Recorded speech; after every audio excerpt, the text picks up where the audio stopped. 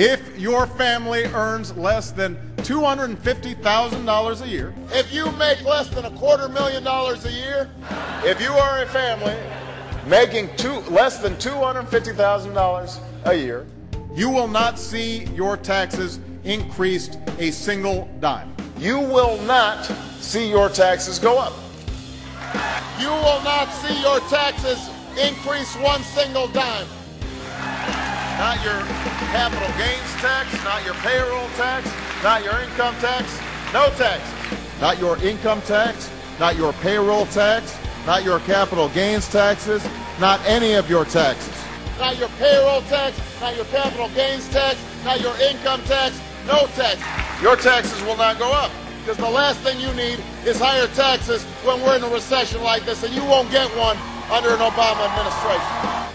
Obama made the centerpiece of his campaign the pledge that taxes would not be raised on anyone making under $125,000 a year. He has since gone back on that promise as well and has proposed new taxes on payroll, energy, home mortgage deductions, and scores of other taxes. He made a pledge. He said, I'm not going to raise taxes on anyone making under $250,000. Is that pledge still active? We are going to let the process work its way through it. So it's not. So it's not. So it's not. We're going to let the process work its way through it. All right?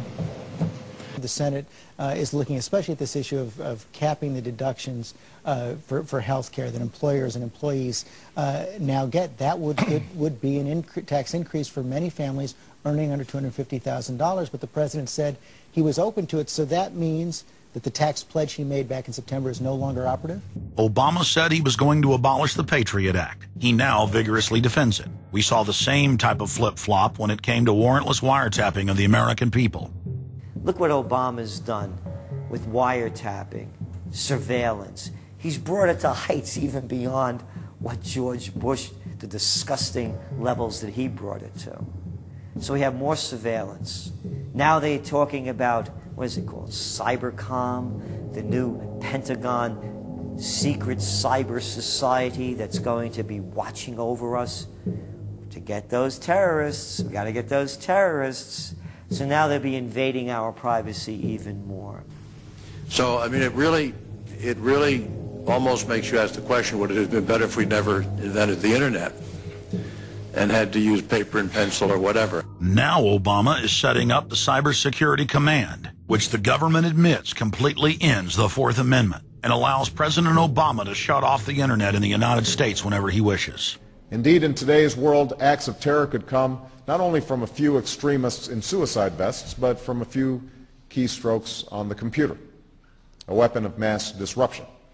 As part of the new single national security staff announced this week, I'm creating a new office here at the White House that will be led by the cybersecurity coordinator.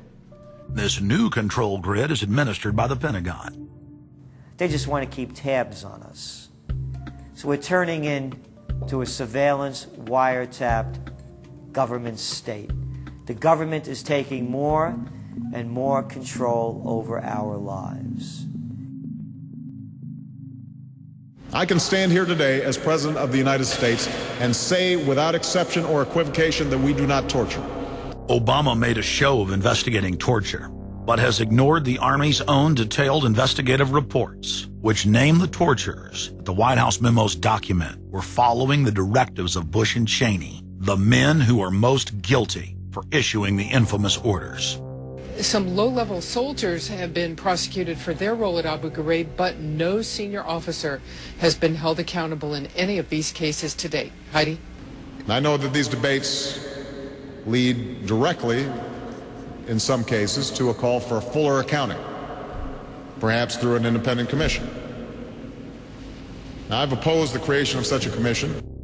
Next, Obama expanded Bush's doctrine of indefinite detention of foreigners without trial to holding citizens without evidence indefinitely, without ever even committing a crime. President Obama today proposed something new, something called prolonged detention. Pre-crime is where people are arrested and incarcerated to prevent crimes that they have not yet committed. Barack H. Obama, who ran as an anti-war candidate, has continued the war in Iraq. massively expanded the war in Afghanistan, and unleashed a new conflict in Pakistan.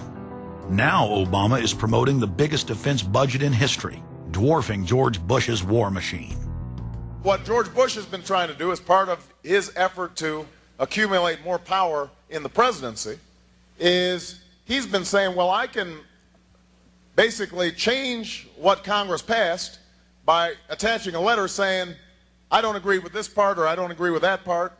I'm going to choose to interpret it this way or that way. That's not part of his power. But this is part of the whole theory of George Bush, that he can make laws as he's going along. I disagree with that. I taught the Constitution for 10 years. I believe in the Constitution, and I will obey the Constitution of the United States. We're not going to use signing statements as a way of doing an end run around Congress. All right?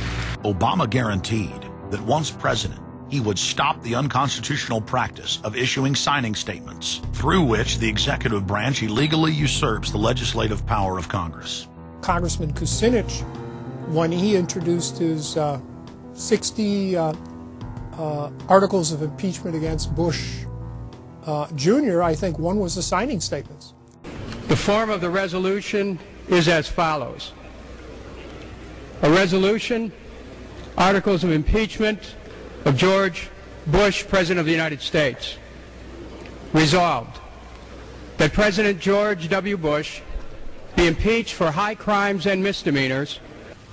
Article 26, announcing the intent to violate laws with signing statements, and in violation of his constitutional duty under Article 2, Section 3 of the Constitution, to take care that the laws be faithfully executed, has used signing statements to claim the right to violate acts of Congress even before he signs those acts into law.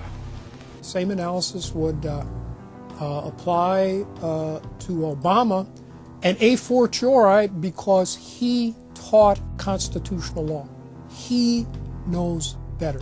He's a lawyer licensed to practice law, who, as I am, who took an oath when he was licensed to uphold the Constitution and laws of the United States of America. With his signature on the spending bill also came Obama's first signing statement, a presidential declaration freeing him from following some of the bill's contents. I believe in the Constitution, and I will obey the Constitution of the United States. We're not going to use signing statements as a way of doing an end run around Congress. All right? He also promised that he would call on Congress to take at least 5 days to read new legislation before it was voted on. When there's a bill that ends up on my desk as president, you, the public, will have 5 days to look online and find out what's in it before I sign it, so that you know what your government's doing. But from his first day in power, he has aggressively pressured Congress to quickly pass bills before lawmakers and the public even have a chance to see them. Will state his parliamentary inquiry. Speaker, in order to try to figure out what we're doing, how much damage the country, I tried to get a copy of the bill. We have out here on the table 2454 that has 1,090 pages in it, but I've understood since debate in here that there's another 300 pages that were added in the middle of the night. My inquiry is, how do I get a copy of the other 300 pages that people on here or here on the floor hadn't had a chance to read or see?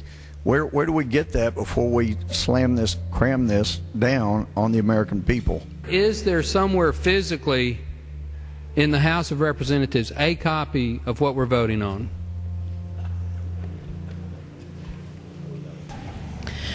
The gentleman has not stated a parliamentary inquiry that the chair can answer. Mr. Speaker, I have to say that I am outraged. Here we are getting ready to vote on a piece of legislation, and we haven't even seen 300 pieces of this legislation. No one can even find the bill or even knows where it's at. Obama swore that he would never put lobbyists or donors in his administration. Treasury Secretary Timothy Geithner appointed Mark Patterson, and this is a former top lobbyist for Goldman Sachs, as his chief of staff. And then last week there was a lot of buzz over William Lynn. He was appointed to the #2 position at the Defense Department. William Lynn, also a former top lobbyist for Raytheon, which is one of the 5 largest defense contractors.